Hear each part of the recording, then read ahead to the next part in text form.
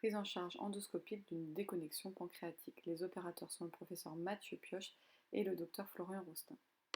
Nous présentons ici le cas d'une patiente aux antécédents de pancréatite aiguë compliquée d'un pseudokyste, drainée initialement par prothèse Action en mai 2022. L'évolution favorable avait permis l'ablation de celle-ci un mois plus tard. Malheureusement, nouvelle poussée douloureuse pendant l'été. Une IRM de août 2022 confirme une déconnexion entre la queue et le corps du pancréas avec une récidive de la collection. Un traitement endoscopique est proposé. Finalement, la reconstitution d'une collection qui est kystique pure, que voici, qui est en lieu et place du corps pancréatique. On voit en amont le pancréas caudal, avec le versong ici, vous voyez qu'il est un peu dilaté par rapport au pancréas céphalique, un peu dilaté, et si on le suit, en partant vraiment de l'extrémité caudale, on le suit, et on va le voir, et il va tomber dans la collection. Voilà. Peut-être un peu rétréci au moment de la jonction, Tout mais à fait, ouais. Ouais, ça c'est quand même assez hypothétique d'espérer le recathétériser. Donc, ouais, le recathétériser, ou peut-être l'idée, je pense que là, elle est vu qu'on a une déconnexion de la queue pancréatique par rapport à l'isthme et au corps, qu'on a une collection qui est facilement accessible en transgastrique. À mon sens, c'est de dériver la queue pancréatique par des prothèses clous de cochon en transgastrique. Et puis voilà, ça permettra d'éviter qu'une nouvelle collection se recrée. La tête et l'isthme, eux, sont drainés donc, de manière physiologique par la grande caroncule. Donc on part sur une kystogastrostomie transgastrique. Donc là, on est en bonne position, on a un parfait contact avec la collection. On a quand même un vaisseau qui passe. Deux possibilités sont possibles là. Soit une ponction à l'aiguille 19G mise en place d'un ou deux fils guides dans la collection, et sur le fil guide on passe le cystotome, soit mise en place du cystotome d'emblée. Là on utilise un cystotome de D. French, de Cook. Je pense que comme la collection est assez large, on peut se passer des échanges qui sont nécessaires lorsqu'on met l'aiguille en premier, lorsqu'on ponctionne avec l'aiguille, et ponctionner directement avec le cystotome. C'est ce qu'on va faire là. Il faut qu'il dépasse un peu. Voilà, donc le cystotome, il a deux... Voilà, non, il faut le faire dépasser 3 cm. Il a deux cathéters. Il y a un cathéter fin avec une pointe dont on va servir pour faire la ponction. On va introduire ensuite le cathéter dans le fil guide, et ensuite on a réellement la bague qui permettra de faire la kysto. Donc on a deux bistouris en fait, une pointe et la bague de cystotome. Et on a donc deux entrées pour le câble, une entrée sur le petit cathéter distal qu'on retrouve ici, et une entrée sur la bague, le cathéter noir. Okay, donc moi je le pousse à peu près de 3 cm. Tout ça parce que on souhaite mettre deux prothèses. Parce que sinon, une seule, on n'aurait pas besoin d'utiliser... la volonté de passer du D-French, c'est d'avoir un passage suffisamment large pour que, à côté d'une première prothèse, on en passe une deuxième. Et généralement, en passant le cysto de D-French, on n'a pas besoin de dilater le trajet derrière. On arrive à passer deux petites prothèses de 7. 2 de 10, c'est parfois un peu plus difficile, mais je ne sais pas quel est ton souhait ici. Qu'est-ce que tu veux mettre comme prothèse? Là, l'idée, elle est de mettre deux prothèses de 7 French 4 cm. On a une collection qui est parfaitement liquidienne, il n'y a pas de nécrose du tout, là, pour le coup. Donc, deux prothèses de 7 French me paraissent bien. Très bien. Le fait d'en mettre deux plutôt qu'une a pour objectif de maintenir, si la prothèse se bouche, le liquide peut passer par les prothèses, mais peut passer surtout entre deux prothèses. Donc si on met deux prothèses, on va maintenir l'orifice ouvert et on va éviter de prendre le risque de risque. Voilà, là je pense qu'on est bien. On est bien dans l'axe du kyste. Si je pousse, voilà. Là je suis rentré. Ah, je ripe un petit peu. Voilà. Si on voit le sphincter, donc j'ai pas beaucoup de marge par rapport à la bague. Ça c'est peut-être un petit peu finalement. Voilà. Le guide est rentré. Et là je dois être sur la bague. Voilà, on voit la bague qui apparaît. Donc on va changer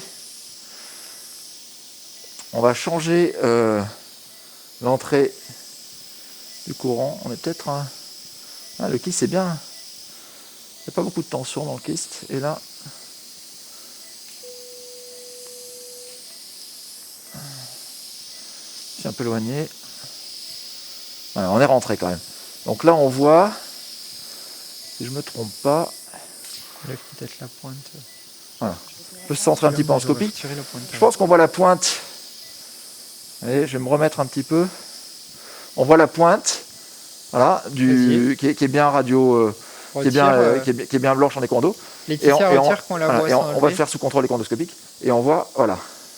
Elle est partie. Et on voit la bague. Donc là, Laetitia a retiré. Là, on a la bague, donc le sphinctératome dans le kyste. Ok, on est bien. Donc on va retirer le cathéter interne et on voit que le fil, on voit que ça va se vider très vite. Regardez, le kyste n'est pas très gros. Donc on va voir apparaître ensuite les fils guides qu'on va rouler un à un. Ce cystotome, voilà, le fil guide arrive, on va l'enrouler dans la collection. Dans le cystotome de D-French, dans le cysto de D-French, voilà, je pense que... On peut mettre 2 fils guides. Hein. On met 2 guides, ouais, tout à fait. Voilà, donc c'est pour que les 2 fils soient montés, qu'on puisse enchaîner la pose des 2 prothèses sans avoir à reponctionner entre les 2. Et on va poser donc là les 2 guides en parallèle. Hop, t'as un peu de mal à l'enrouler plus que ça. C'est pas si mal, hein. C'est pas si mal. Donc on a peu de guides dedans quand même. Mais là, ça me paraît bien. Donc maintenant, on va faire l'échange. L'échange, il faut faire un peu attention parce que il se fait avec 2 guides. Donc on pousse les 2 guides. Moi, je vais retirer ma bague. Tac.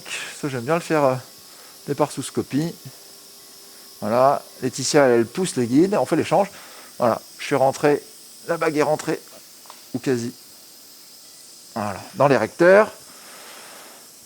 Et donc moi je mets les recteurs en up, voilà, je sécurise mes guides, et là on va faire l'échange. Et dans ce cas-là, je mets un petit coup de scopie de temps en temps. J'évite de scoper en permanence pour être économe en rayon. Jusqu'à l'érecteur. Voilà. Voilà. On a une vision endoscopique, voilà, on voit, ça sort souvent en haut à droite de l'écran, là. Voilà, l'orifice. On va voir la prothèse arriver. Moi, je me plaque, hein, j'ai tendance à me plaquer vraiment pour garder de la force et pas boucler entre la paroi gastrique et l'endoscope. Donc, je veux vraiment aider la prothèse à pénétrer. Donc, même si je n'ai pas de vision endoscopique au départ, c'est pas bien grave. On fait point fixe avec la... Voilà, on voit la prothèse qui arrive. Là, on voit qu'on est repoussé quand même assez vite. Il faut éviter de, justement... Tire un poil plus. Là. Ouais, fais-moi un bon point fixe. Alors, on a tendance à s'éloigner. Ce que je veux, c'est être... Voilà. La prothèse est en train de rentrer. C'est être vraiment très près de la paroi pour éviter... Là, point fixe, hein, avec le guide, s'il te plaît. Voilà. Là, il est rentré. La prothèse, on la voit pénétrer. Voilà. Et là, on l'a laissé s'enrouler. Voilà. On la voit en scopie. Là, on est pas mal. On voit qu'elle s'enroule. Donc là, on est bien dedans. Pour la larguer, on va demander à Laetitia. Si vous n'êtes pas très confiant sur cette procédure pour repérer le centre, etc., il y a toujours la possibilité de marquer le centre avec un coup de feutre noir, hein, pour vous faire un repère. Avec l'habitude, ça devient moins nécessaire, mais c'est vraiment un petit truc facile pour repérer. Et là, il faut quand même rappeler que le boulot le plus important, c'est probablement le point fixe. Avec le guide. Et c'est vraiment très très important d'obtenir la bonne tension qui permet de ne pas reculer, mais quand même de bien guider la prothèse et de lui donner de la force. Et du coup, là, on est complètement dépendant de notre infirmier. Hein. Notre aide, en tout cas. Rentrée. Super. Donc, on avait un bon point fixe. Une bonne tension sur le guide. Voilà la prothèse enroulée. Tiens, on voit la marque, donc ça correspond à vrai. Donc, on va la larguer un peu plus doucement, juste pour bien montrer. Là, voilà, moi, j'aime bien me reculer. On va larguer que l'extrémité distale, s'il te plaît. Juste pour montrer un peu. Il faut pas... Enfin, voilà, moi je le fais en 2 temps. Voilà. L'extrémité distale, la collerette. La queue de cochon interne est retirée. Voilà. Et maintenant, moi je me recule dans la cavité gastrique jusqu'à Voilà.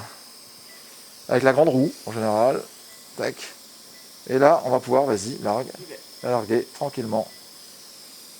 Sous contrôle endoscopique.